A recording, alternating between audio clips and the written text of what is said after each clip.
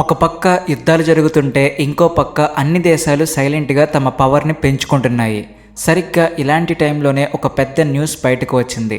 అదేంటంటే మన భారతదేశం ప్రపంచం మొత్తాన్ని టార్గెట్ చేయగల ఒక లాంగ్ రేంజ్ మిసైల్ని డెవలప్ చేస్తుందా అన్న డౌట్ ఇప్పుడు అందరిలోనూ మొదలైంది. ఒకవేళ ఇదే నిజమైతే దీని వెనుక అసలు కథ ఏంటి అన్నది మనం ఆలోచించాలి. ఇది కేవలం మన సెక్యూరిటీ కోసమేనా, లేక దీని వెనుక ఏదైనా పెద్ద స్ట్రాటజిక్ ప్లాన్ ఉందా అని ప్రపంచ దేశాలు టెన్షన్ పడుతున్నాయి. ఈరోజు మనం భారతదేశం మిసైల్ పవర్ గురించి డీటెయిల్డ్గా మాట్లాడుకుందాం. అంతకంటే ముందు మీరు మా ఛానల్ సబ్స్క్రైబ్ చేసుకోకపోతే వెంటనే ఇప్పుడే సబ్స్క్రైబ్ చేసుకుని కామెంట్ సెక్షన్లో జై హింద్ అని రాయండి. ఈ వీడియోలో ముఖ్యంగా 12,000 కిలోమీటర్ల కంటే ఎక్కువ రేంజ్ ఉన్న మిసైల్స్ గురించి వస్తున్న రిపోర్ట్స్ గురించి డిస్కస్ చేద్దాం. ఈ వీడియో చివరిదాకా చూడడం మర్చిపోకండి. రీసెంట్గా మన దేశం జెట్ స్పీడ్తో డెవలప్ చేస్తున్న మిసైల్ ప్రోగ్రాం చూసి పక్కనే ఉన్న పాకిస్తాన్ ఫారిన్ మినిస్ట్రీ తెగ కంగారు పడిపోతుంది. ఇంత లాంగ్ రేంజ్ మిసైల్స్ కేవలం ఈ రీజియన్ సెక్యూరిటీకి మాత్రమే పరిమితం కాదని, దీని వెనుక చాలా పెద్ద స్ట్రాటజిక్ టార్గెట్స్ ఉన్నాయని వాళ్ళు ఒకటే గోల చేస్తున్నారు. పాకిస్తాన్ ఏమంటుందంటే వాళ్ళ మిసైల్ ప్రోగ్రాం మొత్తం కేవలం డిఫెన్స్ కోసమేనట. వాళ్ళు డెవలప్ చేసిన మిసైల్స్ అన్నీ భారతదేశాన్ని దృష్టిలో పెట్టుకునే చేశారని, వాళ్ళ రేంజ్ వేరే ఖండాలకు చేరేంత లేదని చెప్తున్నారు. దీన్నే వాళ్ళు ఇంగ్లీష్లో క్రెడిబుల్ మినిమం డిటరెన్స్ అని పిలుచుకుంటారు. అంటే సింపుల్గా చెప్పాలంటే శత్రువు మన మీద అటాక్ చేయడానికి ముందే 100 సార్లు ఆలోచించేలా భయపెట్టడం. కానీ అనవసరంగా వెపన్స్ రేస్లో పడకుండా బ్యాలెన్స్ మెయింటైన్ చేయడం వాళ్ళ ఇంటెన్షన్ అని వాళ్ళు కవర్ చేసుకుంటున్నారు. సరే, ఇప్పుడు మన భారతదేశం సంగతి చూద్దాం. DRDO ఆధ్వర్యంలో ఒక మిసైల్ ప్రోగ్రాం సూపర్ ఫాస్ట్గా ముందుకు వెళ్తుంది. మన దేశం ఇప్పటికే అగ్ని సిరీస్లో చాలా పవర్ఫుల్ మిసైల్స్ని తయారు చేసింది. అగ్ని 1 నుంచి మొదలు పెడితే అగ్ని 5 వరకు మన DRDO సైంటిస్టులు అద్భుతాలు సృష్టించారు. ప్రజెంట్ ఉన్న అగ్ని 5 రేంజ్ దాదాపు 5,000 నుంచి 7,000 కిలోమీటర్ల వరకు ఉంటుందని ఒక అంచనా. అంటే ఆసియా, యూరోప్లోని చాలా ప్రాంతాలు ఈజీగా దీని రేంజ్లోకి వచ్చేస్తాయి. చైనాలోని ఏ మూలకైనా సరే మన మిసైల్ ఈజీగా రీచ్ అవుతుంది. కానీ అసలు సినిమా అంతా ఇప్పుడు రాబోయే నెక్స్ట్ జనరేషన్ మిసైల్ గురించే నడుస్తుంది. దీని పేరు అగ్ని 6 లేదా సూర్య మిసైల్ అని కూడా పిలుస్తున్నారు. మన దేశం దీని పూర్తి డీటెయిల్స్ అఫీషియల్గా బయటపెట్టకపోయినా దీని రేంజ్ ఏకంగా 10,000 నుంచి 12,000 కిలోమీటర్లు లేదా అంతకంటే ఎక్కువ ఉండొచ్చని చాలా గ్లోబల్ డిఫెన్స్ రిపోర్ట్స్ చెప్తున్నాయి. ఇక్కడే అందరికీ ఒక డౌట్ వస్తుంది. ఇంత లాంగ్ రేంజ్ మిసైల్ మనకు నిజంగా అవసరమా అని చాలామంది అడుగుతూ ఉంటారు. దీనికి ఆన్సర్ చాలా సింపుల్. కేవలం డిటరెన్స్ కోసం మాత్రమే. డిటరెన్స్ అంటే ఎదుటి వాళ్ళకి మన పవర్ చూపిస్తే వాళ్ళు మన జోలికి రాకుండా సైలెంట్గా ఉంటారు. ఈ రోజుల్లో కేవలం చుట్టుపక్కల దేశాలను మాత్రమే దృష్టిలో పెట్టుకుంటే సరిపోదు.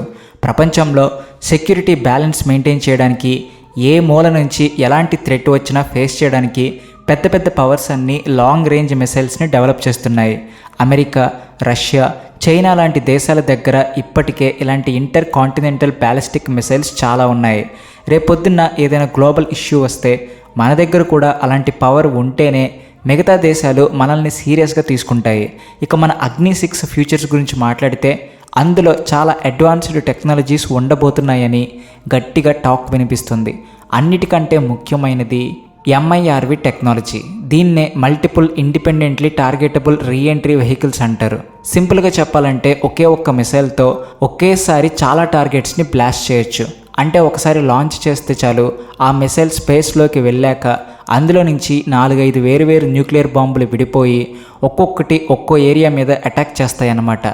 భారతదేశం ఇప్పటికే ఈ టెక్నాలజీని సక్సెస్ఫుల్గా టెస్ట్ చేసింది. ఈ విషయాన్ని మన DRDO అలానే డిఫెన్స్ మినిస్టర్ స్వయంగా అనౌన్స్ చేశారు కూడా. మన అగ్ని 5 మిసైల్లోనే ఈ టెక్నాలజీని వాడినట్టు రీసెంట్ రిపోర్ట్స్ చెప్తున్నాయి. కానీ దీన్ని మెయిన్గా అగ్ని 6 కోసమే డిజైన్ చేశారు. ఈ MIRV టెక్నాలజీ వల్ల శత్రు దేశాల ఎయిర్ డిఫెన్స్ సిస్టమ్స్ కన్ఫ్యూజ్ అయిపోతాయి. వాళ్ళు ఒకేసారి ఇన్ని మిసైల్స్ని గాలిలో ఆపలేరు.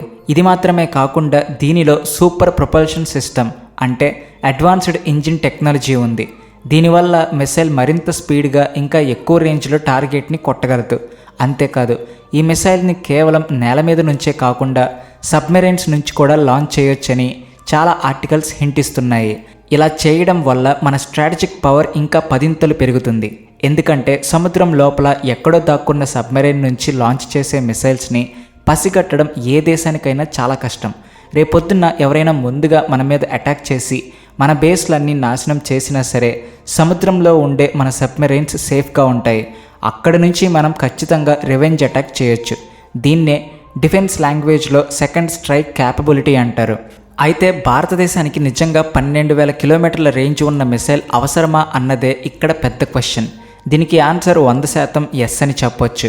మనకు ఖచ్చితంగా ఇలాంటి లాంగ్ రేంజ్ మిసైల్స్ కావాలి. ఎందుకంటే ప్రజెంట్ సిచ్యువేషన్లో ఏ దేశం మనకు ఎప్పుడు శత్రువు అవుతుందో గెస్ చేయడం ఇంపాసిబుల్. ఇంటర్నేషనల్ పాలిటిక్స్లో ఎప్పుడు పర్మనెంట్ ఎనిమీస్ ఉండరు అని ఒక టాక్ ఉంది. ఎగ్జాంపుల్కి టర్కీకి మనకు మధ్య రిలేషన్స్ అంత బాగా లేవు.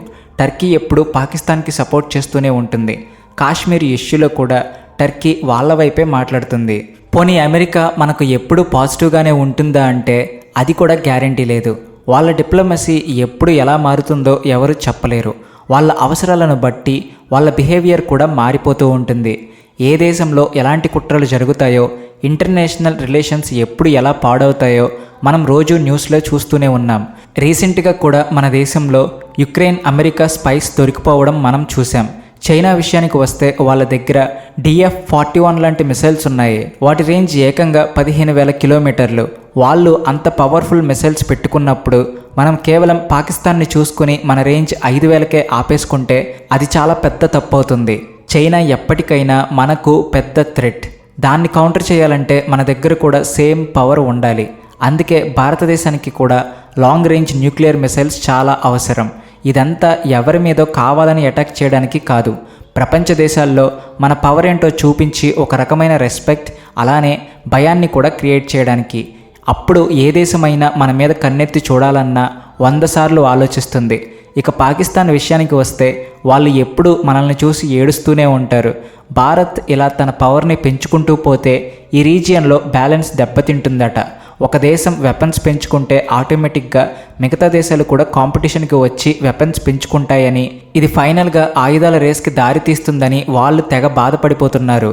కానీ పాకిస్తాన్ చేసే పనులకు, వాళ్ళు మాట్లాడే మాటలకు అస్సలు సంబంధమే ఉండదు.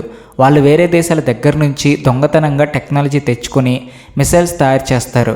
కానీ మనం సొంత టెక్నాలజీతో డెవలప్ చేస్తే మాత్రం వాళ్ళకి అస్సలు నచ్చదు. కానీ మన భారతదేశం యాటిట్యూడ్ వేరేలా ఉంది. మనం ఎప్పుడు నో ఫస్ట్ యూస్ పాలసీకే కట్టుబడి ఉన్నాం. అంటే మనం ఎప్పుడు ముందుగా వేరే దేశం మీద న్యూక్లియర్ వెపన్ వాడబోము. మన మిసైల్స్ అన్నీ కేవలం డిటరెన్స్ కోసమేనని, ఎవరైనా మన మీద అటాక్ చేయాలనుకుంటే భయపడేలా చేయడానికేనని మన దేశం ఎప్పుడు క్లియర్గా చెప్తుంది. మన హిస్టరీ చూసుకుంటే మనం ఎప్పుడు ఏ దేశం మీద ముందుగా దాడి చేయలేదు. మన కల్చర్ అలా కాదు. కానీ ఎవరైనా మన జోలికి వస్తే మాత్రం వాళ్ళని వదిలిపెట్టే ప్రసక్తే లేదు. చాలామంది జనాలకు ఇంకో డౌట్ కూడా వస్తుంటుంది. మన దేశంలో ఇంకా చాలామందికి సరైన ఫెసిలిటీస్ లేవు కదా, ఇలాంటి డిఫెన్స్ ప్రాజెక్ట్స్ మీద ఇన్ని వేల కోట్లు ఎందుకు ఖర్చు పెడుతున్నారు అని అడుగుతూ ఉంటారు. కానీ ఒక దేశం ఎకనామిక్గా డెవలప్ అవ్వాలి అంటే ముందు ఆ దేశం చుట్టూ ఉన్న బార్డర్స్ సేఫ్గా ఉండాలి.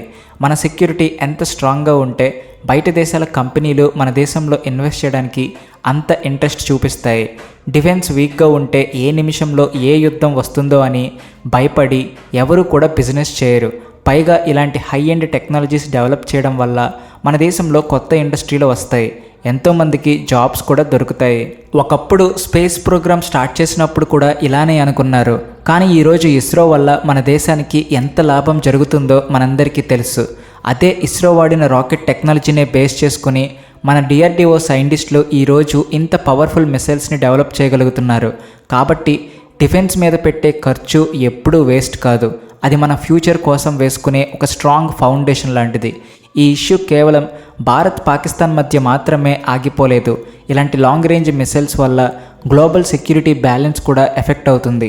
కాబట్టి అమెరికా, రష్యా లాంటి పెద్ద పెద్ద దేశాలు కూడా ఇక్కడ ఏం జరుగుతుందా అని చాలా సీరియస్గా గమనిస్తున్నాయి.